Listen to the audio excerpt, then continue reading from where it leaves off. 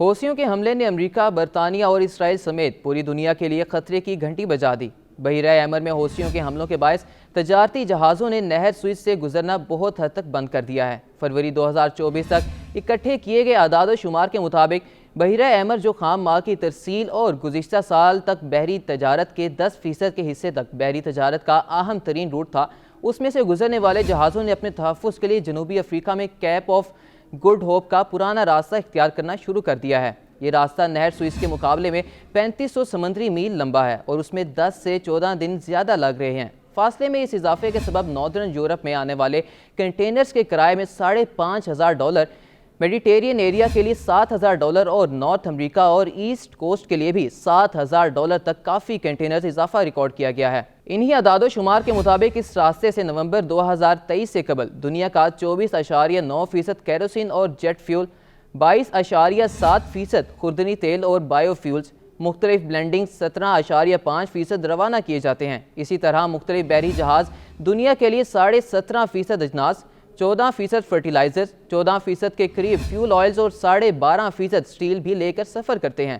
اسی طرح 10.5% سے لے کر 5.5% تک دنیا بھر کا گیس، آئل اور ڈیزل، LNG، کیمیکلز، گیسولین اور نیفتا، خام تیل اور آئل سیڈز بھی اسی راستے سے ٹرانسپورٹ کیا جاتا تھا۔ بحیرہ احمر میں تجارتی بحری جہازوں پر یمنی حوثیوں کے ڈرون اور میزائل حملوں کے نتیجے میں تجارت کے لیے ایک متبادل زمینی راستے کے استعمال کی حوصلہ افزائی کی جا رہی ہے، جس کے ذریعے سامان کو ٹرکوں پر لاد کر خلیج فارس سے سعودی عرب اور اس سے آگے اردن، اسرائیل اور مصر تک پہنچایا جانا ہے۔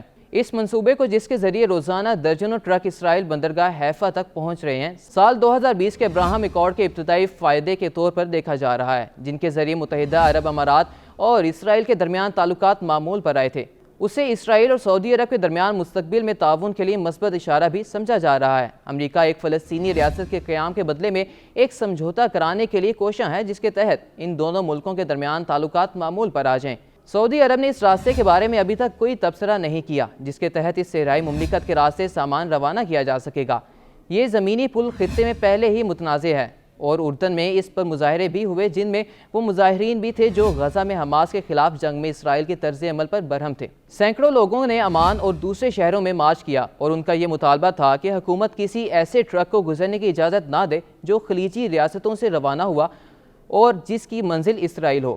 ایک زمینی راستہ قائم کرنے کی کوششیں کم از کم 2023 کے وقت سے ہو رہی ہیں، لیکن ان میں تیزی اس وقت سے آئی جب ایرانی حمایت یافتہ حوثیوں نے بحیرہ احمر سے گزرنے والے تجارتی بحری جہازوں پر میزائل اور ڈرون حملے کر کے انہیں تباہ کرنا شروع کیا۔ انتظامات کے تحت مشرق بئی سے سامان لانے والے جہاز دبئی یا بحرین میں اپنا سامان اردن کے ٹرکوں پر لاد سکتے ہیں۔ یہ سامان سعودی عرب اور اردن سے گزر کر اسرائیلی ٹرکوں پر لادا جائے گا اور اردنی سرحد سے اسرائیل کے بحیرہ روم کی بندرگاہ حیفا کے لیے روانہ کر دیا جائے گا، اور جو سامان مصر جانے والا ہے وہ سڑک کے راستے یا جہازوں کے ذریعے آگے مصر کے لیے روانہ کیا جا سکتا ہے۔